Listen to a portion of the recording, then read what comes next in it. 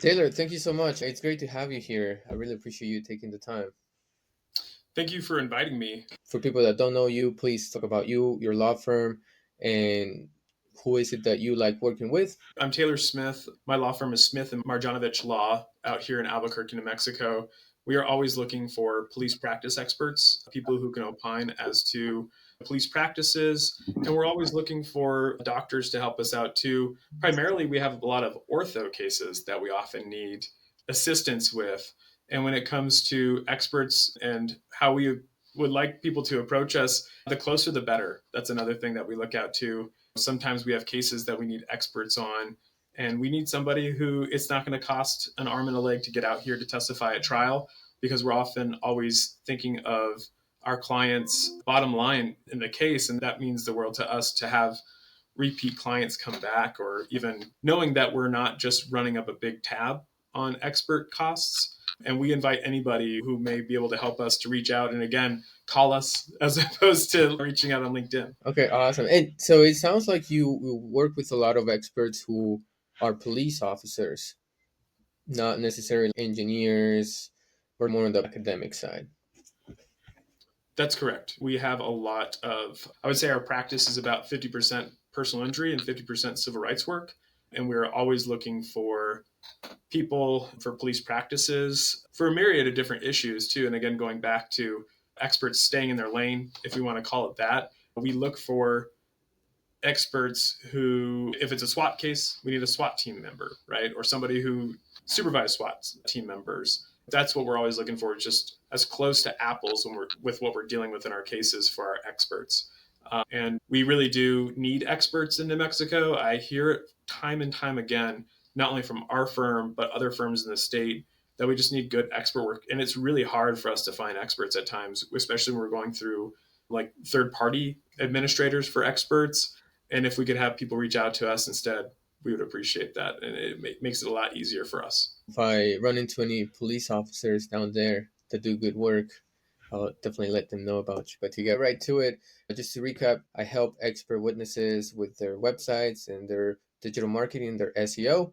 And a lot of them had questions about how attorneys think, what they look for. So that's where the idea for the podcast came from. And I try to provide as much value to them as possible.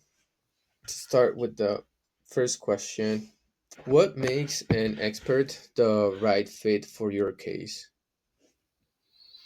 I think when we are looking for the right fit for any expert that's going to provide any opinions for us, usually we're looking for somebody who is not an advocate per se, but can help us get to issues that we might not see, right? I've had experts who say, give me the information that you want. And I say, well, a medical expert, for example.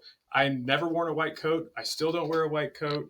And so sometimes I need people to pick up on issues that I'm also not seeing. And not to say that some of our experts don't do that, but the experts that do are generally the ones that we retain in the future for other cases as well. I think another thing that we look for too is just thorough experts. I've seen all kinds of different expert reports, and primarily there's some that get down into the nooks and crannies of the issues of the case rather than these 30,000 level opinions. So just detail oriented experts are probably the ones that we look for primarily.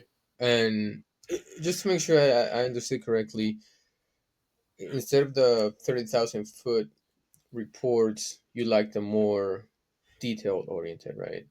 100%.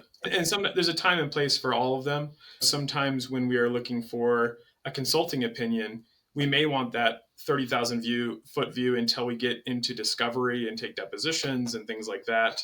But for the most part, what is most persuasive to a jury, an adjuster, or another attorney is an expert who just knows the case very well. And I think that's shown in those reports that really get down to the nitty gritty. So the expert is not there to just provide facts, but it seems like also to maybe not necessarily advise, like influence your decision, but to, like you said, to say things that you don't know or see yourself. Yeah, I mean, we don't do a large amount of med mal, but what I would say is, I've had med mal cases in the past where I think this is the issue. And I've had experts that we've, used many times come back and say, "Hey man, actually, that's a red herring. That wasn't a problem. But guess what? I found these three other issues that you really need to focus your efforts on. And that's the kind of, I guess, the experts that we're always looking for, those that can really do a detailed report, but also sitting down and saying, I really did flesh this out. I did a little more research on my end, and this was a problem.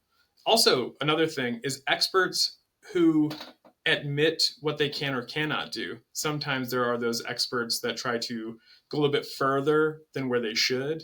And any good expert will say, I can get you this far, but you may need another expert for whatever reason. So going the extra mile, but staying in your lane at the same time. Exactly, because we don't want to be caught after an expert deadline is passed and figure out that we need an additional expert when it's well past the deadline. That's an attorney's worst nightmare, probably, other than a statute of Yeah. limitations. Okay. Thank you. Think about the last time you had to find an expert outside your network. So when you find an expert online, you're at their website. Do you go straight to their CV, or what's the first thing that catches your attention? This is going to sound bad, but honestly, I start with their photo. Not to say that we would pick an expert solely based off of a photo, but we are always looking for people that are look very presentable. And I've seen experts that have professional headshots. I also have seen people that don't have more of a professional one. So that's usually where I start. And then immediately after that, it's the CV. After we've reviewed the CV, we take a look to see, again, going back to a medical expert, seeing what they've done in the past, whether it's surgeries or teaching or what have you. So the CV plays a huge role. The one place I do not go for experts, though, is LinkedIn. I have a LinkedIn account. I check it from time to time. And I know there must be some push for people to say, hey, link with attorneys and then send them a message on LinkedIn. And I think that would work, but there's been such an influx in my inbox in LinkedIn every time I log in, and it's overwhelming and I want to close out the app right away. So in terms of networking with experts, I think that's one of the worst ways in my practice of finding experts is I would prefer a phone call, to be honest. If somebody called me and say, hey, I'm this type of expert, you do personal injury work, I'd love to talk to you about ortho consultations or what it may be. I think the inbox will get ignored, but if I have a phone call, I'll always pick it up and talk to them and hear them out.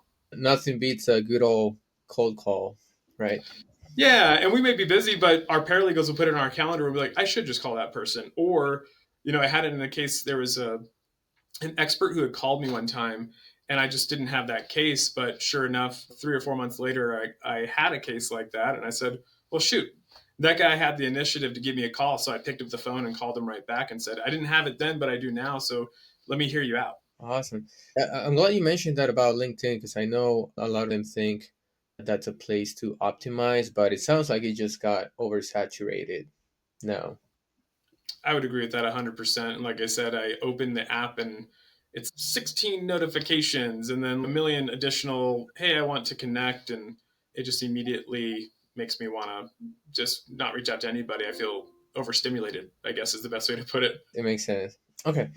The next question I had is actually, can you see, let me share my screen. I got like a specific question here. Sure. Okay. This is an expert's website. I got these three call to actions here. This is to send a form. It scrolls down to the contact form. Then we have the CV download and the phone number. And sometimes I wonder if it's too much, if I should just have maybe two or maybe the phone number instead of a button that takes you to the contact form. I'd be curious to get your thoughts on this. I'm actually okay with it. I wouldn't mind this. It's actually pretty simplistic. I I like that it has the actual phone number. Sometimes on certain websites, it just fills out a form. I've had experts do that. And again, I think even though I'm a younger attorney, I like to pick up the phone and try to get a hold of somebody rather than submit like an online form. And that also, at least in New Mexico, creates some issues too. When it comes to attorneys that are looking for experts here in state court, we have to turn over all of our correspondence from experts. And so oftentimes we want to get on the phone as opposed to sending a detailed correspondence back and forth between us and the experts because it could become discoverable in most of our cases. So that's more work as well. Okay. It does, and us keeping track of it, and then it creates an issue of like we don't have it, but the expert does, and I don't know where that online report goes. But at the end of the day, in making sure that we have practice above board, we want to make sure we have all of our correspondence in one place so we can provide it to the other side later. Okay. Got it. Thank you. The question I had is sometimes the experts may have the download their CV behind a form submission. Mm-hmm. I was curious if that, as an attorney and as a consumer, you're reaching out to the experts, does that deter you from reaching out to them, or does it not matter really? You would do it either way. I think it would deter me. Not, I understand we're all professionals and you want that ability to screen certain intakes, as we call them. But in terms of expert services, again, sometimes us attorneys will find ourselves thinking that we're going to get a case resolved and ultimately have to get an expert and shore things up relatively quickly. And just picking up the phone, calling somebody, and having another person on the other line telling us, hey, he's busy, go look somebody else, instead of just having a form that we submitted and waiting. At that point, if I'm waiting for a response, I'm probably already gone to another expert who had their CV available and will pick up the phone. Thank you. Yeah, I know some of them do want that, others don't. And so I was curious that. So thank you for clarifying that. And us attorneys, we're full of our own opinions too. Take everything I say with a grain of salt. I'm just one person. No, true. Yeah. Okay. I know there's a big thing in expert witness work. Some people do it as a side gig, others do it full time, and there's a mix of both. When evaluating an expert, how important is it to you that they see their expert witness work as a professional part of their business rather than just a side gig or a side hustle? Ooh, that's a tough question because I think for me, it depends on the case, but I'll give you an example. So I do a lot of civil rights cases, and oftentimes there's not active law enforcement that provides expert opinions. And so it's just something we don't come across. And so generally, those experts, we're relying on folks who have 30 plus years in law enforcement experience, who are now retired, or maybe they're in administrative role. So they do have that kind of side hustle, but they're not boots on the ground officers now. That's always, I don't think it really dissuades me. I actually prefer for most of my experts to be doing the work that they're testifying about still. And largely that's because they're usually more up to date through their own continuing education requirements. And so I prefer an expert who is working and also doing expert work, at least for my cases. It wouldn't turn me off one way or the other. Like I said, I think it depends on the expert, but we generally have that preference. Just to make sure I understood right. It is better if they have an actual job in their field, and the expert witness, it is a side gig in a way, but they have to treat it with professional respect at the same time. Yeah, and I think, I've deposed a lot of experts, and we always try to find any way that we can develop bias. And part of that approach, I mean, there was a surgeon here in Albuquerque that I've deposed a good number of times. And when we've deposed him, he hasn't performed surgery in 15 or 20 years. He is primarily solely an expert. And so I think that it can draw bias when it's presented to a jury at trial saying, he has to give good opinions because if he doesn't give opinions, he doesn't make money. And so somebody who has that actual profession that they're performing still while also doing expert work, they're not relying solely on expert fees. And I'll give you an example. I deposed him. He said, I was like, how much money do you make a year on your expert opinions? He said $700,000. And that's a lot of money and that's a lot of opinions in a year. And so we would make arguments at trial. This is his gravy train. He's here just to make money and say whatever they pay him to say.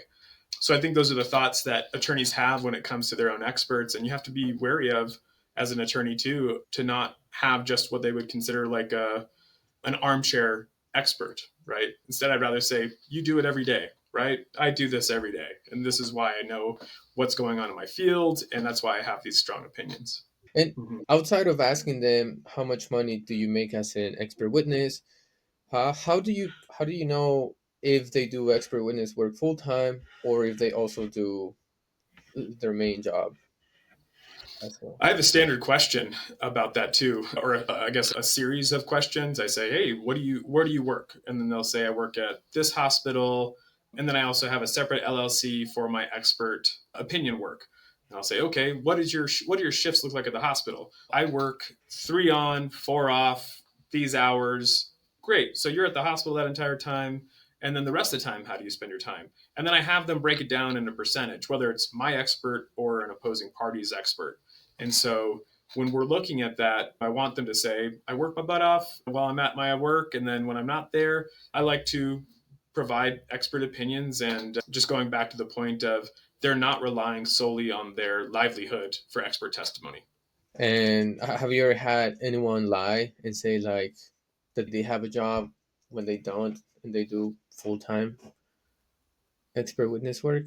I never had anyone lie, but when I was a young attorney, we did have a doctor that was our doctor, and he testified that he was working out of a hospital in the state that he lived in, but based off of how much expert work he was doing, it left the image that he may have been doing expert work while on the job too, because it didn't make sense in terms of the number of hours in a day and the allocation of his time and how much money he was making. So it was an unsavory look, and I got nervous about that after he was deposed. And that was, again, when I was a younger attorney and didn't know what to ask while I was hiring experts. And on your point, in terms of asking experts, we really do like experts who have varied work in terms of plaintiffs and defendants. It never has to be a perfect 50-50 split, but there should be some division there. Because let's say you're an expert and you're being deposed and you say, I only testify for the defense or I only testify for plaintiffs. At that point, there's an inherent or perceived bias that I only take money from plaintiffs, I only take money from defendants. And that's an interesting point because I talk to a lot of experts and sometimes they tell me, actually just one did told me that he only does defense work, and I was like, I don't think that's a good thing. But them doing one side, the main issue is that their opinion is going to be biased if they only do defendant or plaintiff. Yep. And the only time I would say that was different is if you are, let's say you are a plaintiff's attorney like me, and I go to somebody I know who is purely a defense attorney, it can help my case then. I'm sorry, a purely a defense expert, that can actually help.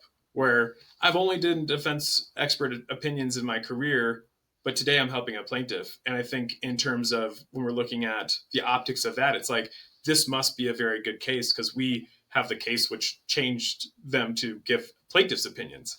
And so you can play with that. But if you're on the same side of where they always testify, that's where it becomes problematic.